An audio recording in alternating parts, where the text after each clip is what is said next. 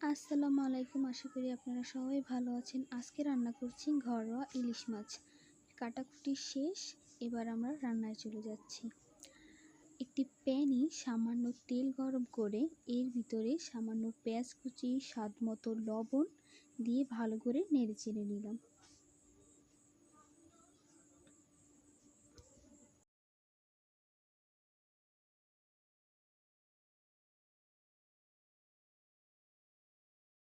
পেঁয়াজটা ভালো করে নেড়েচেড়ে এর ভিতরে সামান্য জিরা বাটা দিয়ে ভালো করে মিশিয়ে নিব।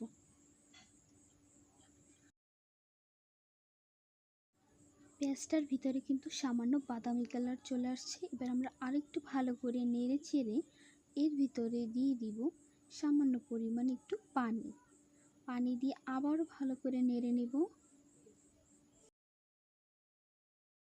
পানিটা দিয়ে ভালো করে নেড়ে চেড়ে এর ভিতর দিয়ে দিব সামান্য পরিমাণ একটু হলুদের গুঁড়া দিয়ে ভালো করে মিশিয়ে নিব।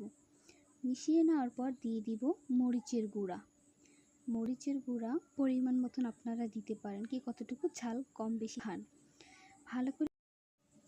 ভালো করে হলুদের গুঁড়ো ও মরিচের গুঁড়ো মিশিয়ে নিব, যাতে হলুদের ঘ্রাণটা না থাকে। তার জন্য আমরা ভালো করে মশলাটাকে মিশিয়ে নিব।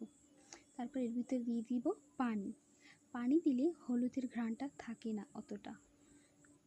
পানি দিয়ে আমরা ভালো করে মিশিয়ে নেব।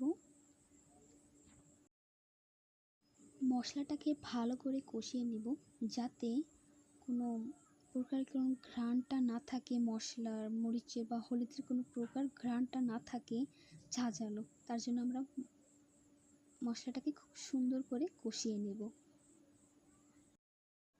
মশলাটা কষিয়ে এর ভিতরে আমরা দিয়ে দিব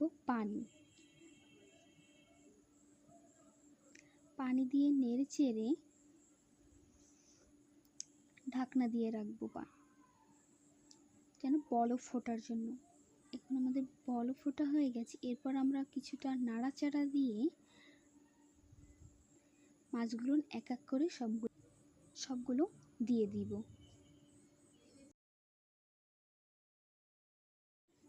আমার ভিডিও যদি আপনাদের ভালো লাগে তাহলে নতুন নতুন ভিডিও পেতে চ্যানেলের সাথে থাকবেন এবং লাইক, কমেন্ট এন্ড শেয়ার করে পাশে থাকবেন।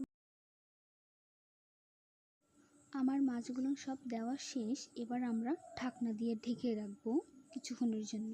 কিছুক্ষণ পর উঠিয়ে আমরা দেখলাম মাছগুলো ভালোই হচ্ছে এবং ফাইনাল রেজাল্ট আমরা চুলা বন্ধ করার আগ মুহূর্তের। ভালো লাগলে চ্যানেলটাকে সাবস্ক্রাইব এবং লাইক করে দিন।